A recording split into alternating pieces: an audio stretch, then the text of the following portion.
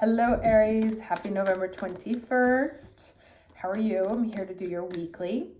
Now, first off, I actually did a reading for you beforehand, but as I was sitting there staring at it, it was so, mirrored to some thoughts I'd had before I started having the reading that I thought maybe it was personal. So I thought I'd do another reading for you. Now, so I want to say one thing. I have some time freed up because I'm not consulting right now. And so I want to do, I'm going to start doing personals again. I'll put the information down in the box below. These are not the annual reads that I do at December. I will make an announcement when I'm going to do those. Those are much longer. They end up being like an hour, hour and a half. And I can only do one a day because they just drain me of energy. So I'll do a limited number of those, but for personals, I'm available whenever you need. So let's now I want to mention the planets. There's 2 planets changing signs today. We have the sun. We have the sun going into Sagittarius and Venus going into Scorpio. Later on this week, we have on the 28th, Neptune goes direct. That can cause fog. You know, Neptune's a funny planet. It will, at the same time, take away some of the harshness of reality and make things a little bit more palatable, a little bit more softer to deal with. It's like the difference between telling the harsh truth and getting the truth, same truth in a diplomatic way. So, you know, there's 2 ways of getting the same message. Neptune in retro has been, our connections have been a little less diplomatic than they could be, and that will change now. And then next week we have on the 30th, an eclipse, a lunar eclipse in Gemini, which is conjunct the nodes in Gemini. The nodes in Gemini are why everything's sort of crazy, chaotic. An eclipse in there will make it even more chaotic. So I would advise in this period until the end of December to just sort of watch your decisions, because we can be very impetuous and, make enormous life decisions with not a lot of consideration and then have to clean up the pieces afterwards. Another thing I've noticed is that everything is difficult. Like even doing the smallest thing, you have to redo it 3 times. The computer breaks, or the connection goes out, or you have to reload and upload. There's just all sorts of Mercury retro style communication issues going on right now, and it can take forever to get anything done. So, patience and breathing, and we go forward. So let's get the overall energy for Aries for the week of November 21st, please. Overall energy for Aries, week of November 21st. Okay, exchanging gifts. Interesting. Let's see how that plays out. And this came up like last week or 2 weeks ago. Can I get the challenge energy, please, for Aries for the week of November 21st?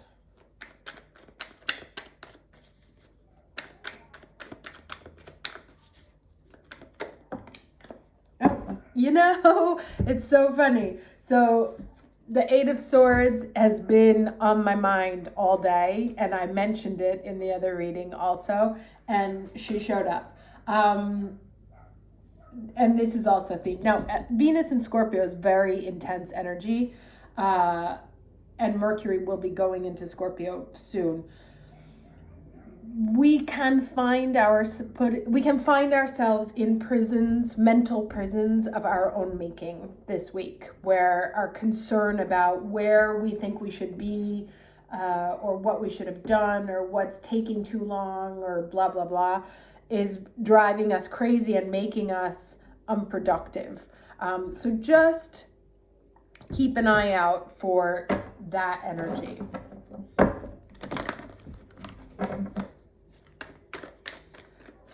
What's the lesson for the week? Okay, white eagle. Connect to your lineage. A family wound or pattern can be healed now. That's quite interesting. The ancestor spirit. I'm not sure how these connect yet, but let's keep going.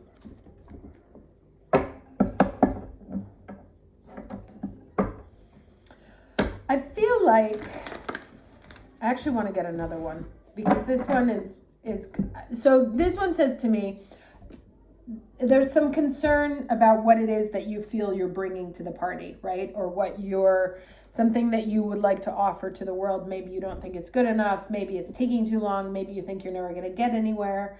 Or maybe you're not receiving back what you're putting out. So this is causing you anxiety. One of the other messages that came out was that this form of anxiety blocks the ability for the universe to communicate with us, right? Because we're focused so inward, and our pineal gland is not open and directed towards the universe. So this idea of connecting to your lineage to me also means connecting to higher powers that are trying to communicate with you or trying to be in touch with you, to give you advice and to give you guidance. Let me get one more card, though. Can I get one more card, please? Okay. Divine Alchemy. Move beyond current challenges. Focus on what you desire. Okay, so like I said, nice purple flame energy coming in, holy amethyst. So, and we've seen this before, that there is a sense of protection around us, even though it may not feel like it. We may feel like we're, in Italian, we have this saying called dare perle ai porci, which is to give pearls to pigs. So you may feel like you're offering something great and you're not getting back much in return, or like, what can this cat give you? And to this, I would say two things: that there's lessons in every experience. But at the same time, pay attention to what it is that you're putting out and what you're getting back. It might not be the time to judge that right now, right? To negatively judge yourself. Because that's going to block any insight into this situation, right? So if you're feeling like you're unappreciated or not getting back what you're putting out, or that you thought you'd be further along, or that there's just an inequality in what you're giving and receiving, to not stay in that mental space, because it won't allow you to receive the information that's trying to come in from the universe on how to deal with this situation. Sorry about the barking dogs. My neighbors got a new puppy and they like to keep it outside all day, which don't even get me started. But it's like the cutest puppy. It kills me. I want to steal it. I won't, because I have a cat, and I won't because I don't steal dogs. But anyway, can I get the energy for the beginning of the week and the end of the week for Aries, please? Energy for beginning of the week and end of the week. Ooh, too many. Beginning of the week and end of the week.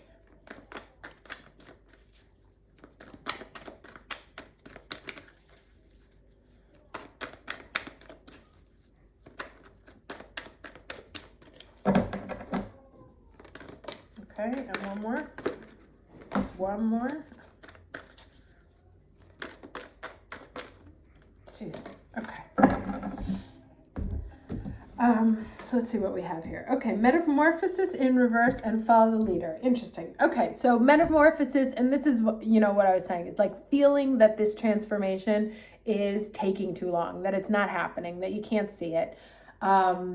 That whatever you think should be happening isn't happening in the way that you would like. And this is causing forms of anxiety. But by the end of the week, it looks so 4, so that's our emperor energy. So to embrace also your role as a leader. Now, here's the problem, and this is funny because this is one of the things that I was thinking about. This is the problem with being a leader, and this is one of the problems of being an Aries. That if you're forging the path, there's no guidebook, right? You're doing something that no one else has done before. That's our job here. We're the ones who knock down walls. We're the first to explore. We're the pioneers. So there is no guidebook. So there is no should have. There's no where should I be at this point, because what you're doing has never been done before. So it's unfair to put yourself in a mental prison of anxiety saying, I should have been here, because whatever it is that you are doing, whatever taboo you're breaking or convention you're destroying or glass ceiling that you're shattering, it hasn't been done before. Therefore, there is no guidebook for it. You are writing the guidebook. And so this is also one of the reasons why you may feel a sense of inequality. It's because since you're doing something new, or since you're being something new, or trying something new, or articulating something new, could simply be, how you are in relationships or how you are in the office or whatever. People are not able to respond to it at the same level because it's new, right? And this was, this is an energy that's been coming up a lot over the last couple of weeks, but also in the readings that I've done today, that we can drive ourselves crazy because we're like, why am I not being appreciated as much as I think I should be? And it's because it's an unfortunate collateral damage of being a pioneer. They will understand it in a couple of years. So don't, if you feel like you're not things aren't transforming fast enough, they're not shifting fast enough, know that there is work being done behind the scenes that we can't see, protected. We are enveloped in this violet light. And one of the other cards that came up in one of the other readings was, that the stars are aligning, the fates are aligning. So even if you can't see change happening, it doesn't mean it's not happening. It's just not visible yet. Let's get 3 cards, please, for the week of November 21st.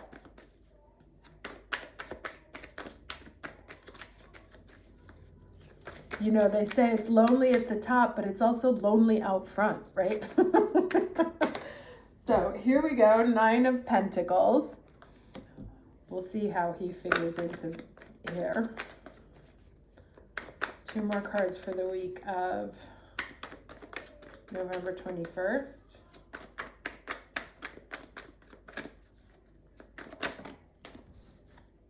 Star, okay? Very nice, right in the middle of the reading. Major Arcana. Dreams coming true. And there's this, so I usually don't like this guy because he's filled with self-satisfaction, but like in a kind of smug way. But this looks like we may get some sort of confirmation that actually and look at the Emperor peeking out right there, that we might get some sort of confirmation that what you're doing is what you're supposed to be. Like things are working out. Things are going the way they're supposed to be going. Even if you can't see it yet and you're freaking out over it. And there we go. 3 of Cups celebration at the end there. So nice, and it's funny because the other reading went sort of the same way. It was like kind of like tense energy at the beginning and then a real sort of shift. And we have 3 planets are moving. So Sun in Sagittarius will be a much nicer energy for us than Scorpio has been. Venus in Scorpio is an intense, heavy energy, but that will give us sort of the conviction that we need to see things through all the way to the end. And then Neptune going direct will kind of restore our faith in a higher power. And may actually help us open up our intuition so that where we need, turn off this anxiety and be able to tap into intuition and where to go next.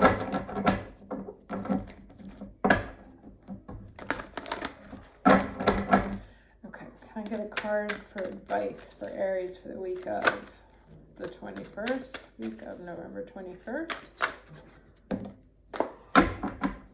Okay, interesting. Archangel Raphael and Malachite, grace for the grand gesture. Let's see what that says. And a 6. 6 was the last card in the last reading also. So, sorry, 15. So we bring you the gift of grace for the grand gesture. Although there are times when even the smallest act, such as choosing to think a positive thought, is enough to transform your world, there also comes a time for the leap of faith, the grand gesture of unconditional trust that will free you from the past and empower the universe to gift you with a new future. Interesting. I trust you, and I know it is time for life, as I have known it, to give way for a bigger, bolder experience, and I am willing to allow you to lead me into it. You then make an offering which confirms your declaration and empowers the universe to reward the faith you have demonstrated. The grand gesture cannot be forced. So interesting. I wonder if this grand gesture is really, us having to make the offering, and our sort of dissatisfaction with what we're getting back is exactly the sacrifice, like I said, that comes along with being an Aries. And it talks about this transition, right? It's like, if you want to see the transition, then you're going to have to be okay with this kind of dynamic here. Now, I want to just put a little asterisk here, that if you are dealing with a relationship where you're giving everything and getting nothing back, that is not the message. That is not the grand sacrifice. The grand sacrifice there is to know your own worth and to be willing to acknowledge this. This is in terms of if you feel underappreciated in what it is that you're putting out, spirit, what you're trying to develop as your sort of life mission, and you feel a little disillusioned with, you should be getting more back than you have. That's part of the current sacrifice. The grand gesture must be unconditional. It must be something you offer, not for what you can get in return, although the rewards will be rich, but because you are willing to offer something of yourself in service to love. When it comes from this place, the grand gesture is a trigger for divine grace to express itself in your life in an entirely new way, surpassing all expectations and showering you with blessings. There is a time in life for small steps and token offerings. These can be very powerful and trigger an outflow of enormous compassion from the universe, as they generate opportunities and connections to encourage you to continue building upon those first steps with greater strides. Then there are times when you are ready to show up for your life journey in a way that brooks no opposition. You won't be deterred. You've made a decision deep within, and you are absolutely willing, without hesitation or doubt, to say to the universe, "This is my next move. Do your best." Oh, this is incredible. Especially if you think I was talking about that Venus and Scorpio, right? And Venus and Scorpio is committed. And she's going to see things through to the end. And there's a great story about, I'll read it, a myth of Inanna going down to the underworld and taking 7 things away from her, losing everything that she identifies with to go down and save her sister, and being willing to go through these 7 steps to achieve her goal. And so that's the kind of intensity and will that we are gifted with when Venus is in Scorpio. And it's interesting because what it says here is that what the universe is asking is commitment, right? It's an energetic commitment from us. And if you are energetically committed to whatever change that is that you're trying to make in your life, could be a project, could be a new way of being, could be just a new way of living, new way of thinking, that if you are in this space of anxiety, it means you are not fully committed. And what the protection here is saying, or trying to connect to you, is to say that this anxiety is of the earth, because it's us measuring ourselves against invisible guidelines.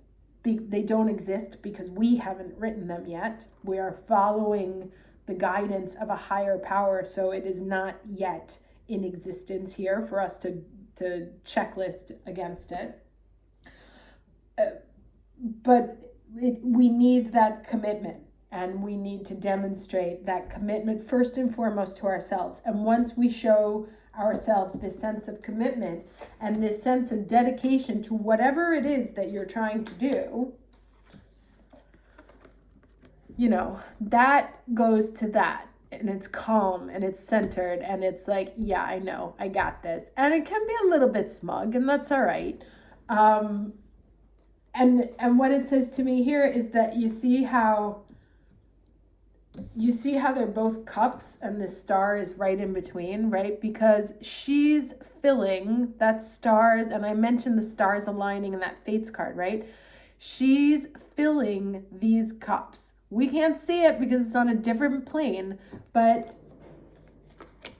once we make the choice to be committed, and that's literally what this card is saying, once we make the choice to be committed within ourselves, this feeling of not seeing the change that we want to see as quickly as we want to see it shifts into a very clear understanding of where the path goes, and that you're leading it, which may have been one of the pieces of information that was missing.